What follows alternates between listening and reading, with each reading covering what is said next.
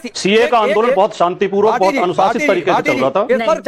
राकेश जी दो वाक और सुन लो मेरे, दो वाक। नहीं बाटी जी सुनिए, एक बात मैं आपसे सहमत हूं कि बिल्कुल मजहब वाली डिबेट नहीं होनी चाहिए, और मैंने जानबूझकर पूछा सवाल ये कहते हुए कहा कि मैं इनका मजहब नहीं पूछना चाहता हूं, लेकिन आपको ये मुझे ज्ञान देने से पहले ये ज्ञान अपनी मेरे दो वाक को देना चाहिए था जिसके साथ आप गठबंधन करके चुनाव लड़ने जा रहे हैं। उनकी पार्टी के एक सांसद ने कहा ताहिर का नाम कपिल होता है, चंद्रमोहन जी बोल रहे हैं, रवि श्रीवास्तव बोल रहे हैं।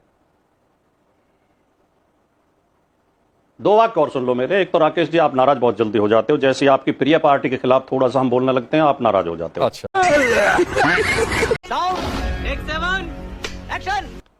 नहीं देखिए, एक तो अंकित शर्मा की हत्या बहुत ही दुखद हत्या थी और उस समय भी बहुत शोक लोगों में हुआ था और सबने उसकी निंदा की थी और दंगाइयों ने उसे मार दिया था।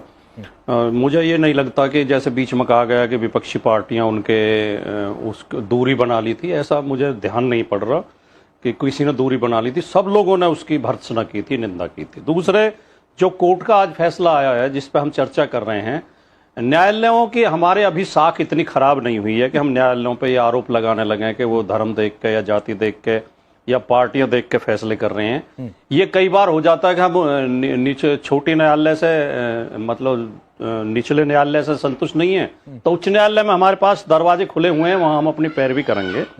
लेकिन दिल्ली दंगों में भी जैसे आपने 4 नाम पढ़ के पूछा कि इनका मजहब क्या है, राकेश जी, हमें इस डिबेट को मजहब में बांटना ही नहीं चाहिए, धर्म और मजहब की चर्चा नहीं होनी चाहिए। वरना तो हमें यह भी ध्यान देना पड़ेगा कि दिल्ली दंगों में कुल 53 हत्याएं हुई थी पुलिस के रिकॉर्ड के अनुसार, जिनमें 38 मुसलमान थे और 15 हिंदू थे। हिंदू मरे या मुसलमान मरे, सब भारत के नागरिक मरे, सब दुखद हैं। लेकिन जिस तरह ये अंकित शर्मा जी के केस में सजा हुई है, बाकी केसों में भी मुकदमों के फैसले होंगे, तो हम हर बार डिबेट अगर ये करेंगे कि भाई हिंदू को सजा होगी या मुसलमान को होगी या इसे हिंदू ने मारा था उसे मुसलमान ने मारा था, तो फिर हमें ये डिवीजन भी देखना पड़ेगा। मैं एक बात जिम्मेदारी के साथ कह सकता हूँ, मुझे न्यायालय पे कोई संदेह नहीं है, ना न्यायालय के निर्णय की मैं आलोचना करना चाहता हूँ, लेकिन दिल्ली दंगों के लिए पूरी तरह भारतीय जनता पार्टी के नेता जिम्मेदार थे। सीए का आंदोलन बहुत शांतिपूर्वक, बहुत अनुशासित तरीके से चल रहा था। इस पर चारू प्रज्ञा राकेश जी दो वाक और सुन लो मेरे, दो वाक। नहीं बाटी जी सुनिए, एक बात मैं आपसे सहमत हूं कि बिल्कुल मजहब वाली डिबेट नहीं होनी चाहिए, और मैंने जानबूझकर पूछा सवाल ये कहते हुए कहा कि मैं इनका मजहब नहीं पूछना चाहता हूं, लेकिन आपको ये मुझे ज्ञान देने से पहले ये ज्ञान अपनी मेरे दो वाक को देना चाहिए था जिसके साथ आप गठबंधन करके चुनाव लड़ने जा रहे हैं। उनकी पार्टी के एक सांसद ने कहा ताहिर का नाम कपिल होता है, चंद्रमोहन जी बोल रहे हैं, रवि श्रीवास्तव बोल रहे हैं। दो वाक्य और सुन लो मेरे। एक तो राकेश जी आप नाराज बहुत जल्दी हो जाते हो, जैसे आपकी प्रिय पार्टी के खिलाफ थोड़ा सा हम बोलने लगते हैं आप नाराज हो जाते हो। अच्छा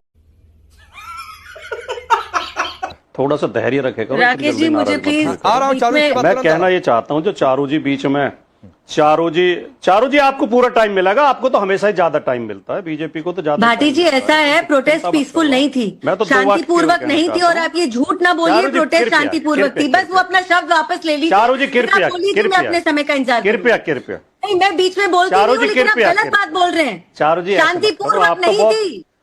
आप तो बहुत शालीन है, बहुत सभ्य हैं आप तो। चारू जी बड़ी शालीन है, बड़ी सभ्य हैं और शालीन होने का मतलब ये नहीं है कि मैं आपको गलत बातें बोलने दूंगी भाटी जी।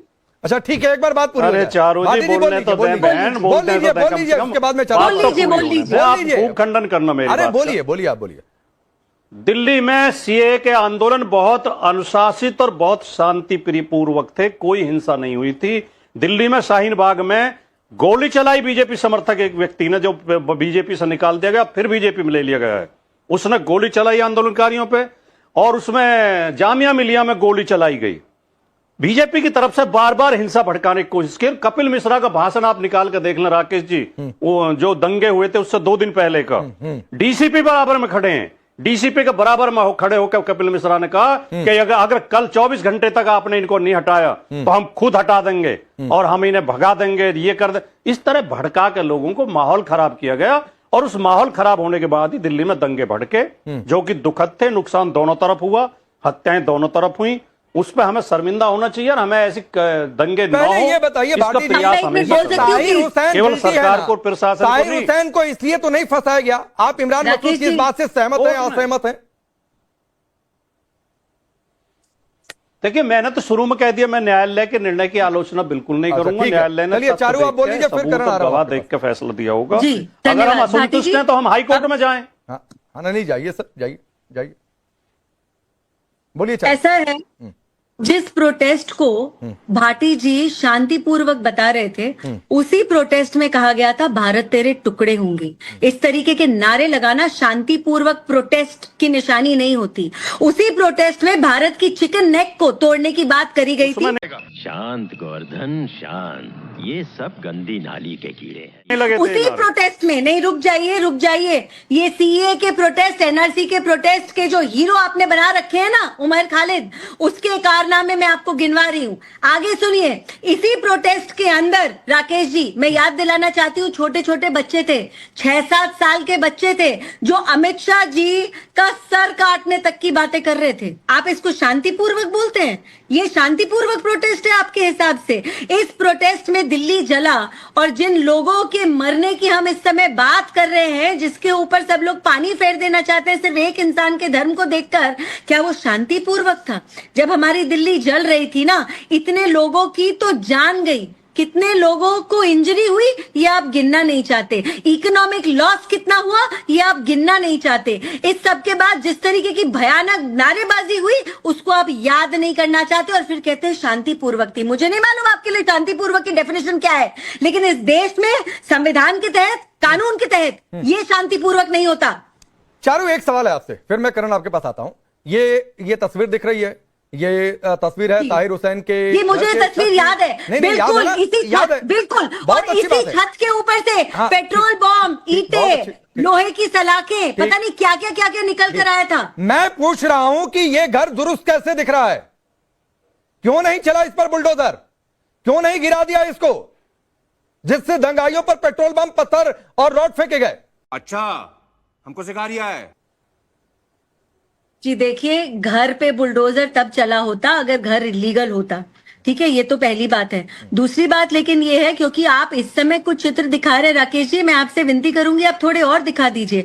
आप वो विजुअल दिखा दीजिए अंकित शर्मा जी का, जब नाले से उनकी बॉडी बाहर आई थी, वो विजुअल मुझे अभी तक याद है। आप वो विजुअल्स दिखा दीजिए जब दिल्ली में बसें जल रही थी, घर जल रही थी, दुकानें जल रही थी, और ये सारे के सारे आम आदमी पार्टी के नेता, कांग्रेस के नेता वहां पर जाकर मंच पर अपने आप को शाबाशी दे रहे थे, खुशी मना रहे थे, क्योंकि दिल्ली जल रही थी। इनका पॉलिटिकल इंटेंट केवल ये था, और किस वजह से? सीएए के ऊपर झूठ और भ्रम फैलाने की वजह से। झूठ और भ्रम, क्योंकि कानून तो इनमें से किसी ने पढ़ा नहीं था। कानून पढ़ा होता तो इनको मालूम होता कि भारतीय नागरिकों के बारे में बात ही नहीं हो रही है, भारत के नागरिकों के बारे में बात ही नहीं हो रही है, और इन्होंने इतना झूठ फैलाया कि हमारी दिल्ली जली। आज कम से कम जब कोर्ट के निर्णय आने चालू हो गए हैं, तो ये फिर बैठ के अपने धर्म के नाम पर विभाजन करना शुरू हो गए हैं, अपनी धर्म की राजनीति, अपनी तुष्टीकरण की राजनीति की शुरुआत कर चुके हैं। ठीक है, जो लॉन्चिंग पैड था इस पूरे दंगे में दिल्ली के, वो इमारत लीगल थी, इसलिए बुलडोजर नहीं चला। ठीक है,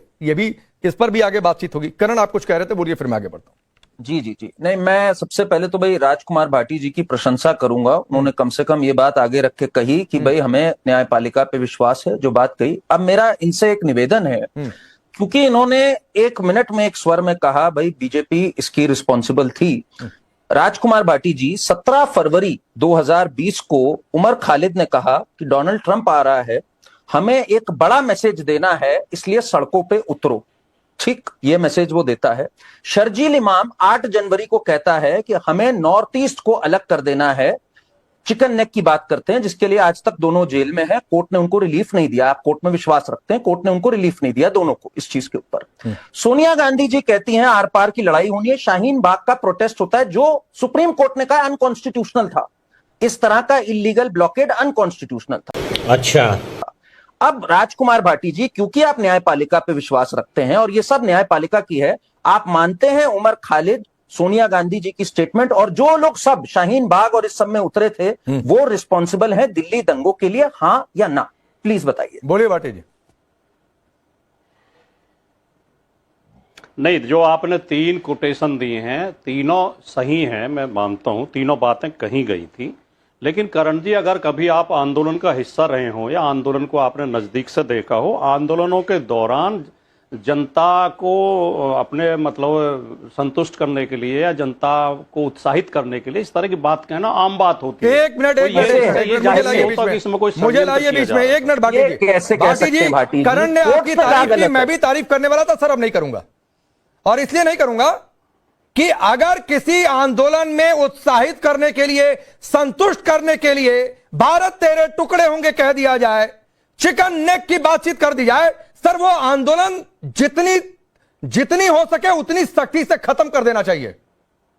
और यह देशद्रोह के दायरे में आता है। कैसे बात बोलते हैं भाटी जी आप? दलाल दलाल। राकेश पांडे जी, आप तो इतने वरिष्ठ हैं, मैं तो बहुत बार मानता हूं कि कई बार आप पार्टी लाइन से अलग हटकर बोल देते हैं, लेकिन क्या बोला आपने? राकेश पांडे जी, आप मेरी तारीफ कभी करोगे भी नहीं और मुझे आपकी तारीफ की जरूरत भी नहीं है। इतनी मेहरबानी कर दिया करो कि हमें पूरी बात कह लेने दिया करो। हाँ। जैसे ही हम कुछ कहने लगते हैं आप बीच में चिल्लाने लगते हैं। सर, मैंने जो उन्होंने ये बोला कि ट्रंप आ रहे हैं, हाँ। सुनिए, जो ये बोला गया कि ट्रंप आ रहे हैं, ट्रंप के दौरे के समय अपने आंदोलन को बढ़ाओ, अपनी ताकत दिखाओ, ऐसा आंदोलनों में किया जाता है मौके का फायदा उठाने के लिए कि ये मौका है, अब हमारी मांगे पूरी हो सकती हैं। हाँ। लेकिन आंदोलन पूरी तरह शांति, और जो बात भारत तेरे टुकड़े होंगे, ये सीए के आंदोलन में नहीं बोली, जेएनयू में आरोप लगाया गया था, जिसमें भी आज तक चार्जशीट पुलिस दाखिल नहीं कर पाई है, कोई सबूत दे नहीं पाई है पुलिस, वो बिल्कुल गलत तरीके से जोड़ा जा रहा है।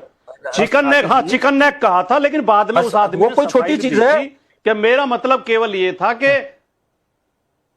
नहीं, चिकन नेक काटने का मतलब वो देश से अलग करने का नहीं था। अच्छा, और वो मैं उस बात का समर्थन भी नहीं करता। गजब मासूमियत है, अलग अलग गजब मासूमियत है, गजब मासूमियत। लेकिन ये सीए का आंदोलन पूरी तरह शांति प्रिय था, केवल भाषण ही तो दिए गए थे। नहीं ठीक है सर, और क्या चाहते थे? करण वर्मा कह रहे भाटी जी सिर्फ भाषण ही दिए गए, और क्या चाहते थे? और क्या चाहते थे? भाटी जी एक छोटी सी बात मैं और बताऊं आपको। आपके नेता हैं, बड़े नेता हैं, उनका नाम है अखिलेश यादव। आपको पता है उन्होंने क्या स्टेटमेंट दी दिल्ली दंगों के बाद? उन्होंने कहा ट्रंप के विजिट के दौरान कतई ही यह आंदोलन इतना बड़ा नहीं होना चाहिए था। और आप यहां पर अभी कह गए कि अरे ये सब तो कहा जाता है आंदोलन में, आंदोलन बढ़ाओ। तो आप लोग का जो विरोधाभास है वो कमाल का है। मतलब तू है कौन रे? मतलब एक बात पे स्टक रही है भाटी जी, आप कह रहे हैं ये ठीक है चीज, साफ साफ लोगों को एक्साइट किया गया, नहीं कोर्ट ने कहा ये गलत हमारी पार्टी में। आप ऐसे भाटी जी अच्छा, ये पार्टी वाले पर आता हूं, जैसे हिम्मत नहीं पार्टी वाले पर आता हूं। भाटी जी की तो मासूमियत बस इतनी है कि वो कह रहे कहा ही तो गया था। भाटी जी की मासूमियत बस इतनी है कि जो चिकन नेक की बातचीत है वो अभी तक जेल में जमानत नहीं मिल रही है। भाटी जी, प्रज्ञा आप कुछ कह रही थी।